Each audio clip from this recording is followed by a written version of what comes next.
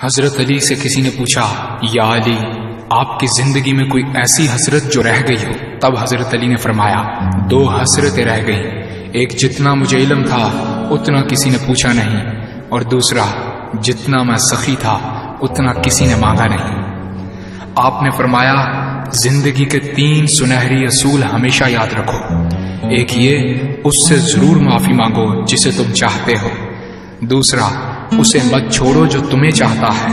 تیسرا یہ، اس سے کچھ نہ چھپاؤ جس پر تم اعتبار کرتے ہو۔ آپ نے فرمایا، دوست سے سنبھل کر دوستی کرو، ہو سکتا ہے وہ کسی دن تمہارا دشمن بن جائے، اور دشمن سے سنبھل کر دشمنی کرو، ہو سکتا ہے وہ کل تمہارا دوست بن جائے۔ زبان کا وزن بہت ہی ہلکا ہوتا ہے، مگر بہت کم لوگ اس کو سنبھال پاتے ہیں۔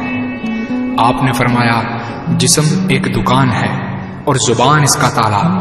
جب تالا کھلتا ہے تو معلوم ہوتا ہے کہ دکان سونے کی ہے یا لوہے کی۔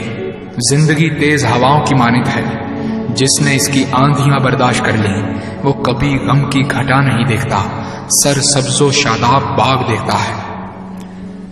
حضرت علی سے کسی نے پوچھا، یہ کیسے پتا چلے گا کہ جو پریشانی یا مصیبت ہم پر آئی ہے وہ اللہ کی طرف سے آزمائش ہے یا ہم پر اللہ کی طرف سے سزا ہے؟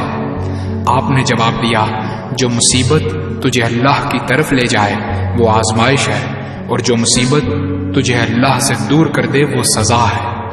حضرت علی کے پاس ایک یہودی آیا اور کہا، میں نے سنا ہے کہ آپ مسلمان جب عبادت کرتے ہو تو وسوسے اور خیالات آتے ہیں، جبکہ ہم عبادت کرتے ہیں تو ہمیں نہیں آتے۔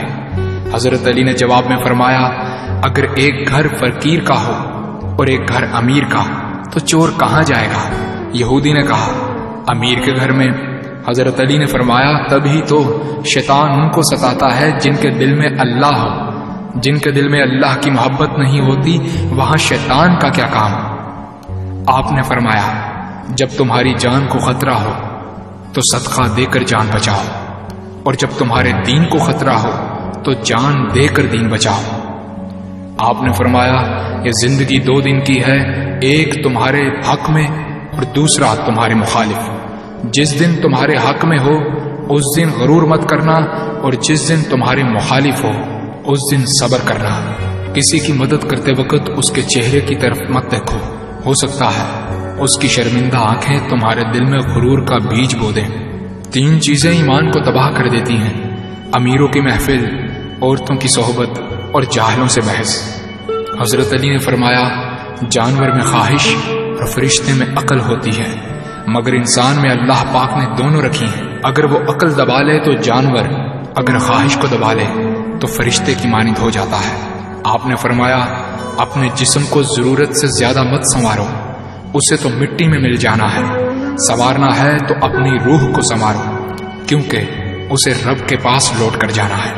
مومن کی مثال ترازو کے پلڑے جیسی ہے، جس قدر اس کے ایمان میں اضافہ ہوتا ہے اتنی ہی اس کی آزمائش بڑھتی ہے۔ آپ نے فرمایا، اچھے لوگوں کی ایک خوبی یہ بھی ہوتی ہے کہ انہیں یاد رکھنا نہیں پڑتا، وہ یاد ہی رہتے ہیں۔ آپ نے فرمایا، رزق کے پیچھے اپنا ایمان خراب مت کرو، کیونکہ رزق انسان کو ایسے تلاش کرتا ہے جیسے مرنے والے کو موت۔ حضرت علی نے فرمایا، رشتے خون کے نہیں احساس کے ہوتے ہیں، اگر احساس ہو تو اجنبی بھی اپنے ہو جاتے ہیں، اگر احساس نہ ہو تو اپنے بھی اجنبی ہو جاتے ہیں۔ ایک مرتبہ قصاب آواز لگا رہا تھا، تازہ گوشت ہے لے لو۔ وہاں سے حضرت علی کا گزر ہوا، قصاب نے آپ سے کہا، تازہ گوشت ہے لے جائیں۔ حضرت علی نے فرمایا، آج میری جیب اجازت نہیں دیتی۔ قصاب بولا، میں آپ سے ادھار کر سکتا ہوں۔ اس سے آپ نے ایک بہت حکمت سے لبریز جملہ ارشاد فرمایا۔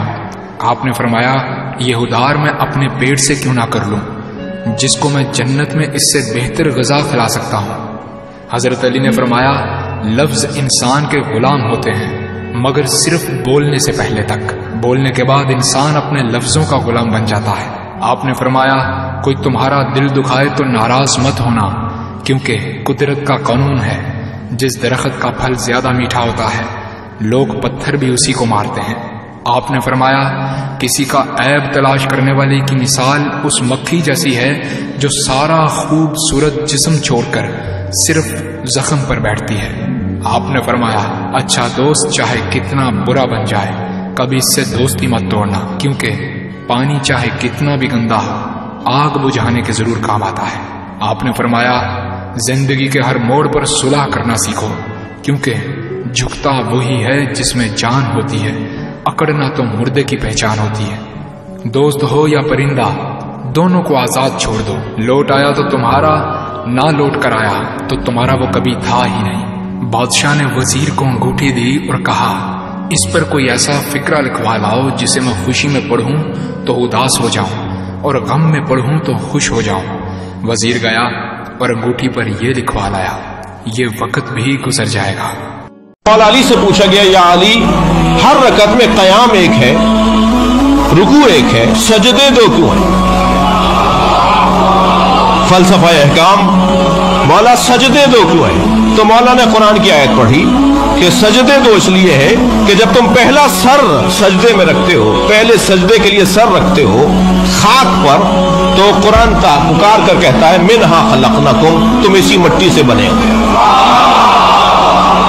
اور جب دوبارہ سر رکھتے ہو تو آیت آگے بڑھتی ہے وَفِيهَا نُعِيدُكُمْ، اسی مٹی میں واپس جاؤ گے۔